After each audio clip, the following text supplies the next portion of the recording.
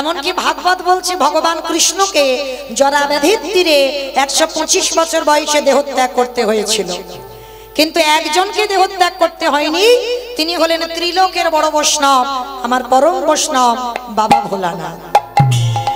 সত্যতে শিব, ত্রেতাতে শিব, দ্বাপরে শিব, কিন্তু কলিযুগের মাটিতে তিনি হলেন অদ্বৈত আচার্য গোসাই। কিন্তু মাইরা এখানে আমাদের প্রশ্ন রয়ে যায়, কেন পৃথিবীর মাটিতে এত এত ভক্ত ছিল কিন্তু বাবার মরণ হলো না, একই শিব হয়ে রইল, মৃত্যুঞ্জয় হলো কেন? কারণ কলিযুগে বাবা কিন্তু রূপটা পরিবর্তন করেছে। কেন জানো? তার একটা অপরাধ হয়েছিল। অপরাধটা করেছিল কবে জানো? অপরাধটা করেছিল বাবা। এই অপরাধের কথা শুনতে গেলে আমাদের সবাইকে যেতে হবে একটুখানির জন্য সেই মহাভারত।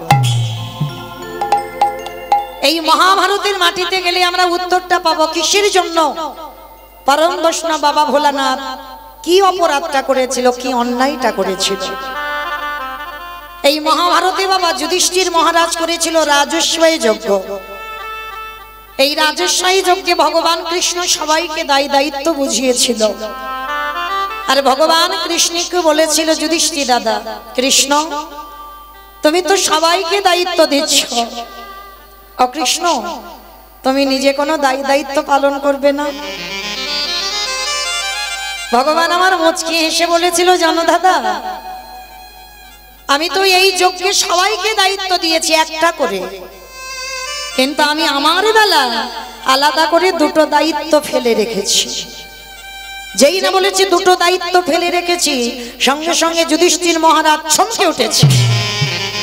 কৃষ্ণ সবাইকে তুমি একটা করে কাজ দিলি, আর তুমি তোমার নিজের বেলা দুটো কাজ, কি কাজ করবে কৃষ্ণ?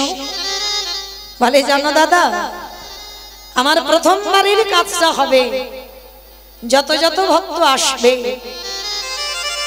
আমি কৃষ্ণ দয়াময় হয়ে সবার প্রথমে নিজের হাতে তাদের চরণ যুগলাকে ধৌত করে দেব।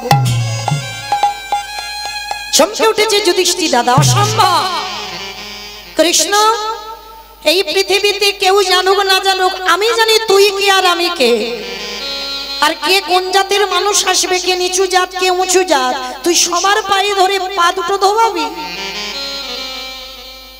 ভগবান আমার মৃদু এসে বলছে, দাদা কোনো কালেই আমার জাতের বিচার ছিল না, কোন সময়ে কোন যুগেই আমার জাতের বিচার ছিল না, ওটা মানুষ করে।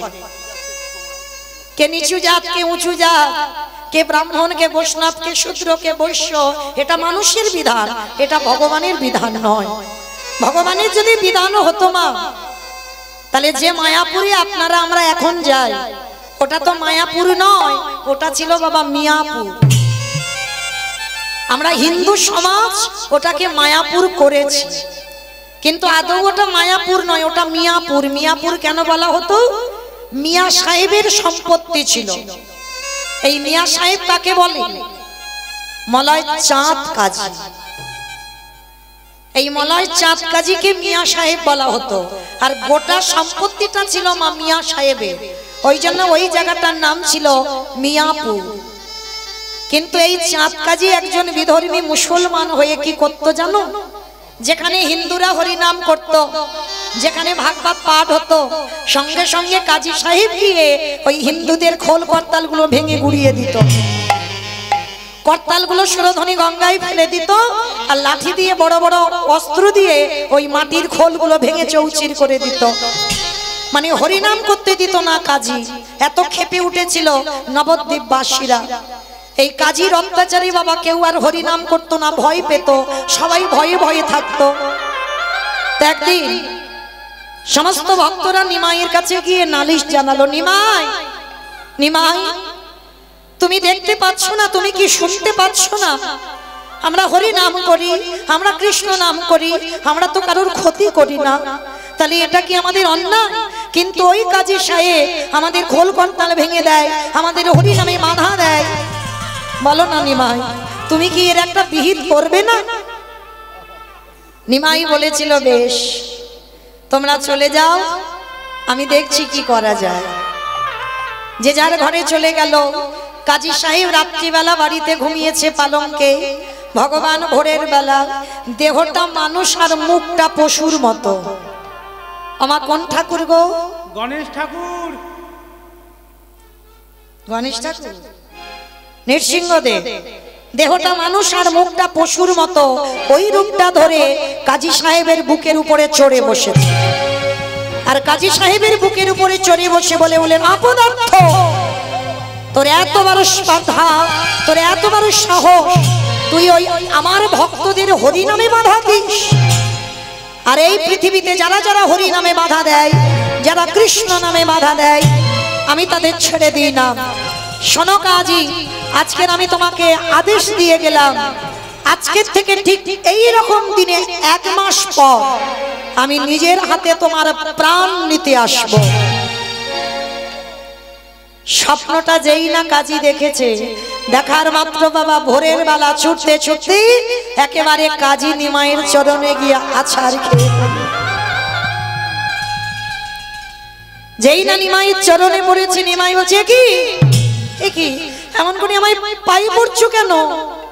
নিমা সম্পর্কে বাবা তুই আমার অন্য কেউ নয়। তুই হিন্দু হতে পারিস, আমি মুসলমান হতে পারি, তবে শোন, আজকে থেকে আমি কথা দিলাম বাবা, হরি নামে আর কোনোদিন আমি বাধা দেব না, আমি কৃষ্ণ নামে কোনোদিন বাধা দেব না। কিন্তু আমাকে বলে গেল 1 মাস পরে আমার প্রাণ নিতে আসবে। আমি কথা দিচ্ছি, আজকে থেকে তোর এই হরি নামে আমি নিজেই যোগ দেব। তা যেই না কাজী হিন্দুদের হরি নামে যোগ দিল, মুসলমান সমাজ ক্ষেপে উঠেছিল। বলল, কাজী তুমি একজন মুসলমান হয়ে যখন হিন্দুদের হরি নামে যোগদান করলে, তাহলে শোনো কাজী, আমরা সবাই মিলে তোমাকে এক ঘরে করে দিলাম। শুধু এক ঘরে নয়, তোমার মৃত্যুর পর তোমার দেহটাকে কেউ আমরা কবর দিতে যাব না। তোমার মৃত্যুর সময় তোমার মুখে আমরা কেউ একটু জলও দেব না। কাজী ছুটে গেল নিমাইয়ের চরণে। নিমাই, শুনেছিস বাবা, তোর হরি নাম ভালোবাসলাম বলে আমার সমাজ আমাকে এক ঘরে করে দিল, বলল আমার মৃত্যুর পর আমাকে কেউ কবর দিতে যাবে না। বললাম নিমাই, আমার মৃত্যুর সময় আমি ছটফট করব, কেউ আমায় একটু জল দেবে না, তোর হরি নাম ভালোবাসলাম বলে। ভগবান আমার মৃদু হেসে বললেন, কাজী, যে আমারে চায় তারে আমি চাই, যে আমারে না চায় তারে আমি না চাই। তবে তুমি যখন আমারে চেয়েছো, দরকার নেই। কি দরকার আছে মা? এই আমাদের মতো মূর্খ ভক্তরা আমরা কি বলি জানো? বলে টাকা পয়সা ব্যাংকে জমিয়ে রাখতে হবে, যেদিন হাত গত চলবে না সেদিন নাকি ওই টাকা পয়সা দেখবে। কি গো, তাই তো বলি তো সবাই, টাকা পয়সা জমাতে হবে। আবার অনেকে বলি যে একটা সন্তানের দরকার, কেন? শেষের দিনে আমার একটু ভাত কাপড় দিতে পারবে তো। কি গো মাইরা, এখনকার যুগ যা পড়েছে, আশা করো যে ছেলের কাছে ভাত পাবে। হরি বল। এসেছো একা, যাবে একা, কেউ তোমার নয়। যতদিন তোমার এই দেহটা চলবে ততদিন তোমাকে ভালোবাসবে। যতদিন তুমি সংসারে হাত ভর্তি করে দিতে পারবে, এই সংসার ততদিন তোমায় ভালোবাসবে। আর যেদিন তুমি বিছানায় পড়ে যাবে, এই সংসার তোমার দিকে একবারও ঘুরে তাকাবে না। তাহলে কোন ভালোবাসার কথা বলছো? কোন টাকা পয়সার কথা বলছো? কোন ছেলে বউয়ের কথা বলছো? কি গো, অগ্রদ্বীপের মাটিতে তো গোবিন্দ ঘোষের স্ত্রী ছিল, পুত্র গোপীনাথ ছিল, ছিল না গোবিন্দ ঘোষের? সব তো ছিল, পরিবার ছিল। কিন্তু শেষের দিনে কি হলো? স্ত্রী মরে গেল গোবিন্দ ঘোষের আগে। গোবিন্দ ঘোষের আগে তার একমাত্র ছেলে ছোট্ট বাদশা গোপীনাথও চলে গেল। সেই যেমন তুমি এসেছিলে একা, তুমি হয়ে গেলে একা। তাহলে কে বলে শেষের দিনে সবাই তোমার দেখবার থাকে? কেউ থাকে না মা। দেখবে তো একজন, যিনি হলেন বিশ্বের স্রষ্টা মালিক ভগবান,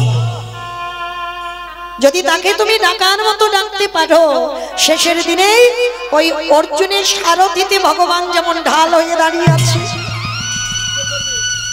দেখবেন ওই ঢালের মতো তোমার সামনেও ভগবান অর্জুনের রথে যেমন দাঁড়িয়েছিল, তোমার দেহ রথের সারথি হয়ে আমার কৃষ্ণ তোমার সম্মুখে দাঁড়িয়ে আছে।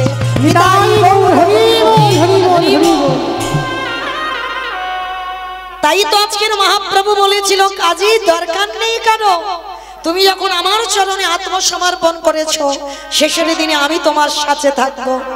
কাজীর বার্ধক্য দশা, পিপাসায় ছটফট করছে, কেউ জল দিতে এলো না, মহাপ্রভু নিজের হাতে গিয়ে ওই মুসলমানের বদনে জল দিল।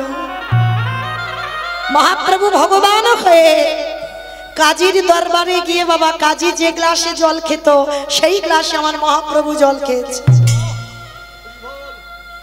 তাহলে লক্ষ্য করে দেখেন ভগবানের আচরণটা কেমন। সেই কাজী যখন মৃত্যু সজ্জায় যন্ত্রণায় ছটফট করছে, মা অসহ্য যন্ত্রণা, এত যন্ত্রণা হচ্ছে, মৃত্যু যন্ত্রণা, সবাইকে পেতে হবে মা, তৈরি হয়ে থেকো গো, মৃত্যু যন্ত্রণা সবাইকে পেতে হবে। এই মৃত্যু যন্ত্রণা প্রত্যেকের জীবনে আসবে মা, যে যেভাবে মরে যায়। আমি যদি ওই হরিবাসরে গান গাইতে গাইতে মরে যাই তবু আমায় পেতে হবে, যদি আমি গাড়িতে যেতে যেতে অ্যাক্সিডেন্টে মরে যাই তবু আমায় পেতে হবে, আমি যদি বার্ধক্য দশায় আমি অসুস্থ হয়ে মরে যাই তবু তিনটে জ্বালা পেতে হবে, সবাইকে পেতে হবে। তিনটে জ্বালা কোথায় কোথায় আসবে? প্রথমে জ্বালা আসবে মা তোমার চোখে, তারপরে জ্বালা আসবে তোমার বুকে, তারপরে জ্বালা আসবে তোমার মুখে। মিলিয়ে নেবেন বাবা, আমার কথা বিশ্বাস করতে হবে না। যারা অসুস্থ হয়ে বয়স হয়ে মরে যায়, একবার তাদের বিছানার পাশে বসে থাকবেন, দেখতে পাবেন মৃত্যু যন্ত্রণাটা কেমন হয়। যে ব্যক্তি বয়স হয়ে মরে যাচ্ছে না, দেখবে বাবা তার ছেলে বউ নাতিপুতি সব ঘিরে বসে আছে, মানে খবর হয়ে গেছে বেশিক্ষণ আর বাঁচবে না, কারণ অনেকদিন খাওয়া তো ছেড়ে দিয়েছে, এবার মনে হয় ডাক এসে গেছে, সবাই ঘিরে বসে আছে। কিন্তু যে ব্যক্তি চলে যাচ্ছে বারবার বলছে আমার একটু বড় ছেলেটাকে ডেকে দেবে, আমার একটু ওই ছোট মেয়েটাকে ডেকে দেবে, আমার নাতিটাকে আমার কাছে একটু পাঠাবে। ভগবান তখন হাসে, হায় রে, যাওয়ার সময় হয়ে গেল, এখনো সেই ছেলে বউ নাতিপুতি করছিস, এখনো কি মনে হচ্ছে না যাওয়ার সময় একবার আমার চরণ দর্শন করে যা? বলে তো সবাই গেলি কৃষ্ণ দাস হব, হয়ে গেলি সবাই মায়ার দাস, তাহলে জগতে গিয়ে যখন আমায় ভুলে গেলি, প্রথমে তোর যন্ত্রণাটা আমি চোখেই দেব। দেখবেন বাবা, যে ব্যক্তি মরে যায় তার পাশে সবাই বসে আছে কিন্তু দেখতে পাচ্ছে না, চোখে আচ্ছা আচ্ছা দেখছে, মানে চোখ খোলা হয়ে গেছে। ভগবান পর্দাটা ফেলে দেয়, পর্দাটা ফেলে দিয়ে বলে, ওরে যে নয়নে সাধুগুরু বৈষ্ণবের চরণ দেখলি না, যে নয়নে কোনোদিন ভগবানের বিগ্রহ দর্শন করলি না, সারা জীবন এই নয়নে কত কু জিনিস দর্শন করলি, তাই প্রথমে তোর চোখটাকে আমি আগে কেড়ে নেব। চোখে পর্দা ফেলে দিল, আর কাউকে দেখতে পাচ্ছে না, চোখ তো ঘোলা হয়ে গেল। এইবার মৃত্যুর সময় জন্তু দেশে বাবা বুকে চেপে ধরে, আর এমন বুকে চেপে ধরবে, তুমি যে কাউকে বলবে যে আমার বুকের যন্ত্রণা হচ্ছে, মৃত্যুর সময় তোমার মুখ দিয়ে কোনো আওয়াজ বেরোবে না, শুধু একটাই আওয়াজ বার হবে, আ আ, ওই আ শব্দটা বার হবে, কারণ কফ থুতু এসে তোমার গলাতে আটকে যাবে, তোমার বলবার ভাষা রাখবে না। ভগবান বলল, রে ওই হৃদয়ে যন্ত্রণা দিলাম একটাই কারণে, কোনদিন ওই হৃদয়ে সাধুগুরু বৈষ্ণবকে হৃদয়ে ধরলি না, কোনদিন ভক্ত আলিঙ্গন করলি না, তাই তো তোর হৃদয়ে যন্ত্রণাটা দিলাম।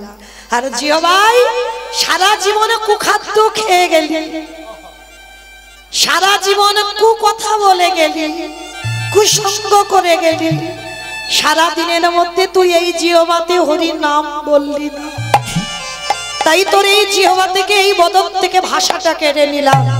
তিনটি জ্বালা পেতে হবে সবাইকে, কিন্তু ত্রিজগতের মধ্যে একজন ভক্ত বাবা ওই তিনটে জ্বালা পাই। কে জানো? যিনি ছিলেন নামাচার্য হরিদাস।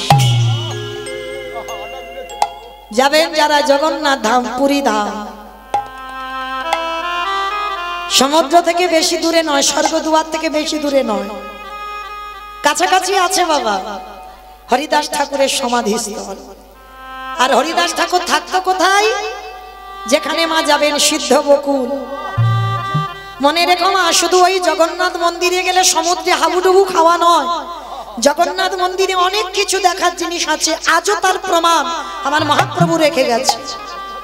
ওই জন্য বলে যাই মা, সেই জিনিসগুলো অবশ্যই দর্শন করবেন, সেই জায়গার মাটি অবশ্যই মারাবে। যারা জাননি তারা অবশ্যই করে যাবেন ওই জায়গাগুলো। যে জায়গাটা ছিল মা সিদ্ধ বকুল, দেখেছেন সিদ্ধ বকুল তলা? কতজন দেখেছেন? একবার হাতটা তোলেন দেখি। এই কজন? আচ্ছা, পুরী ধামে কতজন সমুদ্রে হাবুডুবু খেয়েছো? একবার হাত তোলো। ওইটার বেলা দেখো বেশি হাত উঠবে, কিন্তু যেগুলো আসলে জিনিস বাবা সেগুলোর বেলা হাত ওঠে না, কারণ যেতেই পারছে না সেখানে। কারণ জানলে তো যাবে, ওই জন্য তো কীর্তন। ওই জন্য বাবা জীব শিক্ষার জন্য আমাদের এই কীর্তন। কারণ মনে রেখো, সবার উপরে সব দায়িত্ব দিয়ে ভগবান পাঠায় না। আমি মৌমিতা যদি বলি আমি স্কুল মাস্টারি করব, হবে কি? হবে না। এটা আমার কীর্তন করার জন্য আমায় পাঠিয়েছে, জগৎ শিক্ষার জন্য। তাহলে মনে রেখো মা, এই সিদ্ধ বকুল তলায় যাবেন, দেখবেন আজও সেই বকুল গাছটা রয়েছে। ওই গাছটা মহাপ্রভু নিজের হাতে লাগিয়েছিল। কিভাবে জানো? ওই মহাপ্রভু থাকতো সিদ্ধ বকুল তলার পাশে আছে বাবা গম্ভীরা। দেখেছেন বাবা গম্ভীরা? কতজন দেখেছেন? একবার হাত তোলেন।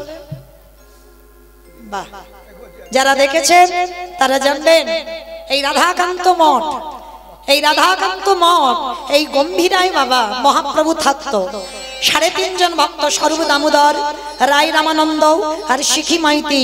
শিখি মাইতির একটা বোন ছিল 7 বছরের বৃদ্ধা, যার নাম মাধবী দাসী। মনে রেখো বাবা, নারী জাতি যারা সন্ন্যাসী হয় মহাপ্রভুর কাছে কি যেত? না, কোনদিন মহাপ্রভুর কাছে যেত না। মাধবী দাসী এত ভক্তি ছিল, ওই গম্ভীরায় মহাপ্রভুর থেকে অনতি দূরে দাঁড়িয়ে দাঁড়িয়ে মহাপ্রভুকে দর্শন করত। কারণ নারী জাতি তো মহাপ্রভুর চরণে আসতে পারত না, কিন্তু মহাপ্রভুর কৃপা ওই 3 জন ভক্তদের মধ্যে, নারী জাতি মানে অর্ধে, পুরুষ মানে পরিপূর্ণ, ওই জন্য 3.5 জন বলছে। 3 জন পুরুষ ছিল, রায় রামানন্দ, শিখি মাইতি, আর শিখি মাইতির একটা বোন ছিল যার নাম মাধবী দাস, আর স্বরূপ দামোদর। 3 জন পুরুষ আর ওই শিখি মাইতির বোন মাধবী দাসী, 7 বছরের বৃদ্ধা। তাই এই গম্ভীরায় প্রতিদিন মহাপ্রভু কীর্তন করত। 3.5 হাত জায়গা, 3.5 জন ভক্ত, আর এইটুকু জায়গায় মহাপ্রভু হরিনাম করত। আর জানো, হরিদাস তো সিদ্ধ বকুল তলায়, এই যে রোদ, যে কেউ আচ্ছাদন করে দেবে না। এখন তো গেলে বাবা মঠ তৈরি হয়েছে, মঠ দেখতে পাই, তখনকার দিনে কেউ সব ছিল বন জঙ্গলে পরিপূর্ণ ছিল। তো ওই রোদে বৃষ্টিতে ভিজে, ওই রোদে পুড়ে হরিদাস সর্বদাই 3 লক্ষ নাম জপ করত। খেত না গো, কারণ খেতে গেলে তো নাম সংখ্যা কমে যাবে। রাতের বেলা ওই আঠা দিয়ে রুটি করে বানাতে গেলে সময় লাগবে, দরকার নেই, সেই তো পেটে গেলে গুলে যাবে। গ্লাসে করে আঠা একটু গুলে নিয়ে কোন রকমে প্রাণটা বাঁচিয়ে রাখতো কৃষ্ণ ভজন করবার জন্য।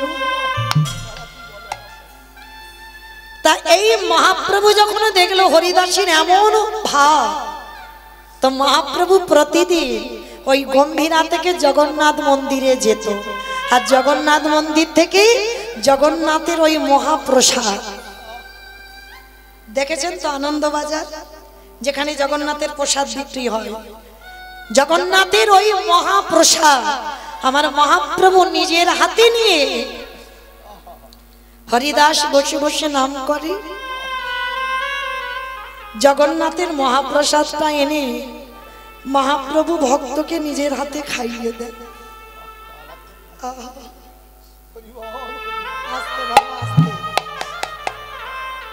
তো যখনই বাবা ওই প্রতিদিন মহাপ্রভু খাইয়ে দেয়, তো আজকের হরিদাস রোদে বসে বসে নাম করছে। মহাপ্রভু গেছে সকাল সকাল জগন্নাথ মন্দিরে, আর প্রসাদ স্বরূপ আমার ভগবান মহাপ্রভুর হাতে কি পড়েছে জানো? একটা বকুল গাছের দাঁতন কাঠি। মানে সকালবেলা ওই বকুলের কাঠিটা জগন্নাথের দাঁতন করতে দিয়েছিল, দাঁত মাজতে দিয়েছিল, আর সেই দাঁতন কাঠিটা আমার মহাপ্রভুর হাতে প্রসাদ স্বরূপ দিয়েছে। যেই না দিয়েছে মনে মনে ভাবছে, বাহ, জগন্নাথ, সচল জগন্নাথ অচল জগন্নাথকে বলছে, জগন্নাথ আজকের আমার ভক্ত সকালবেলায় এই দাঁতন কাঠি প্রসাদ পাবে। যাক, হয়তো তোমার আজকের এটাই ইচ্ছা হয়েছে যে আজকের আমার হরিদাস এই দাঁতন কাঠিটাই প্রসাদ পাবে। তো এই দাঁতন কাঠিটা বকুল গাছের কাঠিটা নিয়ে হরিদাসের কাছে গেছে। হরিদাসকে গিয়ে বলছে, হরিদাস এই দেখো, আজকের আমার জগন্নাথ অন্য কিছু প্রসাদ দেয়নি, আজকের একটা অন্য ধরনের প্রসাদ দিয়েছে। কি দিয়েছে গৌরহরি? বলে বকুল গাছের একটা ডাল। বকুল গাছের ডাল? বলে হ্যাঁ জগন্নাথ, এইটা দিয়ে দাঁতন করেছে, এইটা প্রসাদই দিয়েছে, নাও। তা বকুল গাছের ওই কাঠিটা নিয়ে একটুখানি ভেঙে বাবা হরিদাস সেবা করেছে। আর সেবা করে যতটুকু বেঁচে ছিল মহাপ্রভু বলছে কি হবে, ওইটুকু কাঠিটা নিয়ে যেখানে হরিদাস বসে নাম করত ওইখানে বকুল কাঠিটা পুঁতে দিয়েছে। যখনই বকুল কাঠিটা পুঁতে দিল, এত মুখর রোগ, মহাপ্রভু চলে গেল বাবা গম্ভীরায় নাম ভজনে।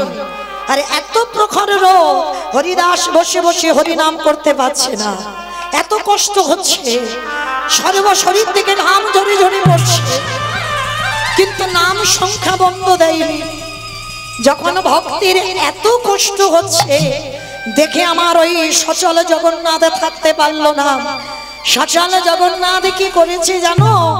যেখানে মহাপ্রভু বকুল কাঠিটা পুঁতে দিল, হঠাৎ দেখা গেল ওই বকুল কাঠিটা দিয়ে হঠাৎ ওই জায়গায় একটা বকুল গাছের জন্ম হয়ে গেল। আর এত বড় বৃক্ষ হয়ে গেল, ডালপালা শাখা পোশাখা দিয়ে ওই হরিদাসকে আচ্ছাদন করে দিয়েছে। ভক্তে যাতে কষ্ট না হয়। কি গো, তুমি ভাববে তোমার কথা, তুমি ভাবো তার কথা, সে তো ভাববে তোমার কথা। দেখো তার প্রমাণ হয়ে গেল, কষ্ট পাচ্ছে বলে ভক্ত কাঁদছে, আর সেই বকুল কাঠি থেকে গাছ হয়ে গেল, আচ্ছাদন করে রেখেছে। সেই গাছটা আজও যারা যাবেন দেখে আসবেন, সেই গাছ আজও বর্তমান আছে। দেখবেন বাবা, গোড়াটা একেবারে পোকাই যেন খেয়ে নিয়েছে, কিচ্ছু নেই। আর একটু উপরের দিকে তাকিয়ে দেখবেন আবার যেন কচি কচি পাতা জন্মাচ্ছে। মানে আশ্চর্যের ব্যাপার, যেটা কি করে হতে পারে? নিচে থেকে যে গাছের ভিতরে বাবা কিচ্ছু নেই, শুধু কাঠটা পড়ে আছে, কিন্তু আবার নতুন শাখা পোশাখা গজিয়ে যাচ্ছে। কি গো, এর দ্বারা প্রমাণিত হয় আজও ভগবান আছে। যার যেমন ভক্তি সে তো তেমন ভাবে ভগবানকে পাবে। সেই হরিদাস ঠাকুরের শেষ সময় হরিদাস ঠাকুর বলছে, গৌরহরি হে দয়া,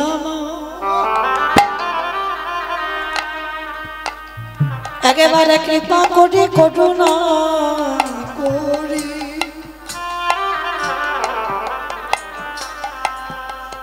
এবারে আমার যাবার সময় হলো, তুমি একেবারে কৃপা করে, একেবারে দয়া করে তুমি একেবারে আমার দর্শন দাও। গৌরী হে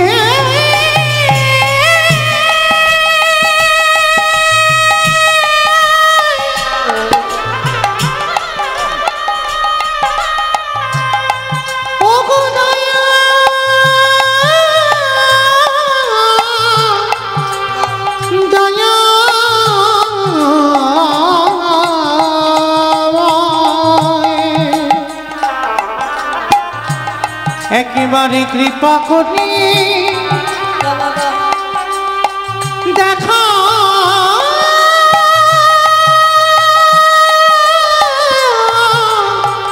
দেখা না যেই না হরিদাসের শেষ সময় মহাপ্রভু ভক্তে জড়িয়ে ধরে বলছে, হরিদাস তুমি চলে যদি যাও আমি কেমন করে কি আমায় নাম শোনাবে হরিদাস। ভগবান কাঁদছে ভক্তের জন্য, ভাবতে পারছে। হরিদাস বলছে, গৌর হরি আমাকে তো যেতে হবে, আমি না গেলে পরবর্তী দিনে তুমি যে আসবে তোমার মাটিটা পরিষ্কার করবে কি, আমাকে যেতে দাও না হরিদাস। তুমি চলে গেলে আমার তোমার মতো করে কেউ নাম শোনাতে পারবে না। প্রভু আবার আমি আসবো, কিন্তু এখন আমার তো যাওয়ার সময় হয়েছে প্রভু। আর দেখবেন মা, যারা ভক্ত হয় না তাদের এই শরীরটা কঙ্কাল সার হয়ে যায়, তারা কোনোদিন শরীর স্বাস্থ্য হয় না, মোটা সোটা হয় না, তারা কঙ্কাল হয় কেন জানো? ভক্তদের তো বেশি আহার নিষিদ্ধ, বেশি নিদ্রাও নিষিদ্ধ। 24 ঘন্টায় হরিদাস একবার আহার করত, 24 ঘন্টায় একবার, তাও বাবার উদার ভর্তি করে নয়, স্বল্প একটুখানি অনুকল্প প্রসাদ পেত। তো আজকে সেই হরিদাসের যাওয়ার সময় জীর্ণ মলিন বস্ত্র, হরিদাস চলে যাবে, কিন্তু যাবার আগে গৌরহরিকে বলেছিল, গৌরহরি আমি চলে যাব, কিন্তু যাবার আগে তোমার কাছে আমার একটা নিবেদন। কি নিবেদন? তোমার কাছে আমার নিবেদন, আমি 3টে যন্ত্রণা যেন না পাই। ভক্তরা যে জ্বালা পায় চোখে, বুকে আর মুখে, আমি যেন ওই 3টে জ্বালা না পাই। হরিদাস তাহলে তুমি কি করতে চাইছো বলো? হে দয়াময় তুমি একবার কৃপা করে, প্রভু তুমি আমার মাথায় হাত দিয়ে আশীর্বাদ দাও, আমার মৃত্যুর সময় আমি এই নয়নে যেন তোমায় দেখতে দেখতে আমি যেতে পারি। নয়নে হেরেব তোমারে ও চাঁদ বয়া, ও চাঁদ বয়া, হৃদয়ে ধরিব তোমারে রাঙা চরণ, তোমার রাঙা চরণ, বদনে বলিব আমি তোমার নাম সংকীর্তন। হরি বল হরি বল দয়াল হে,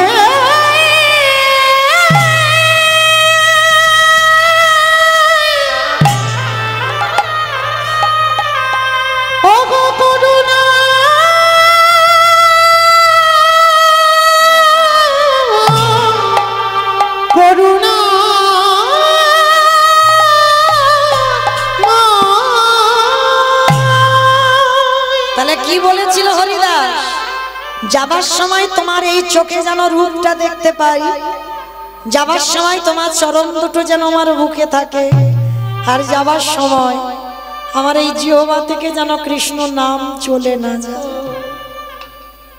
এই হরিদাস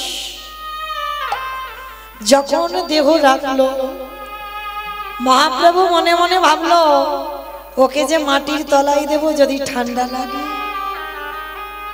মহাপ্রভু নিজের গায়ের কম্বলটা হরিদাসের গায়ে দিয়ে দিয়েছে। নিয়ে গেল বাবা, হরিদাসের যেখানে সমাধি হয়েছে, আজও গিয়ে দেখবে সেইখানে কান পাতলে যেন আজও কে যেন কৃষ্ণ কৃষ্ণ কৃষ্ণ বলে কাঁদে। কৃষ্ণ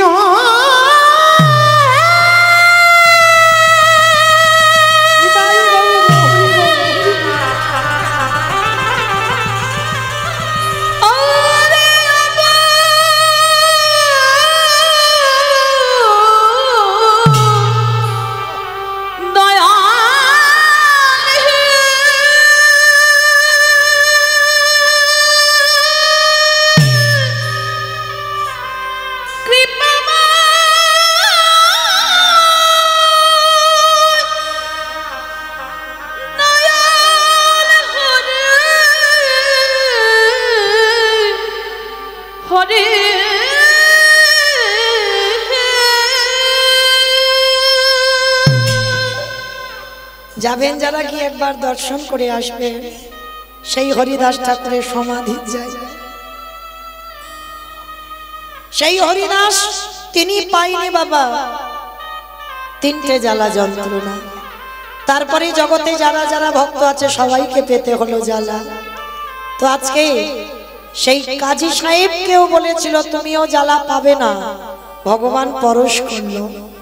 মৃত্যুর পর কাজীকে নিয়ে গেল বামন পুকুর। যারা দেখেছেন কাজীর সমাধি, মায়াপুরে ঢুকতে আগে স্টপেজে পড়ে মা কাজী সাহেবের সমাধি। মহাপ্রভু নিজের হাতে কাজীকে কবর দিয়েছে। শুধু কাজীকে কবর দিল না মা, জানো কাজীর একটা আক্ষেপ ছিল, আমার মৃত্যুর পর আমার কবরে কেউ ফুল দেবে না। ভগবান বলেছিল দরকার নেই কারোর দেওয়ার, আমি আছি তো। ভগবান নিজের হাতে একটা চাঁপা ফুলের গাছ পুঁতে দিয়েছিল। আজও যারা যাবেন গিয়ে দেখবেন সেই চাঁপা ফুলের গাছটা প্রতিদিন এত এত ফুল পড়ে যেন মনে হয় কাজীর কবরটাকে কেউ যেন ফুল দিয়ে সাজিয়েছে। তাহলে কি হবে গো তোমার ছেলে মেয়ে আত্মীয় পরিজন,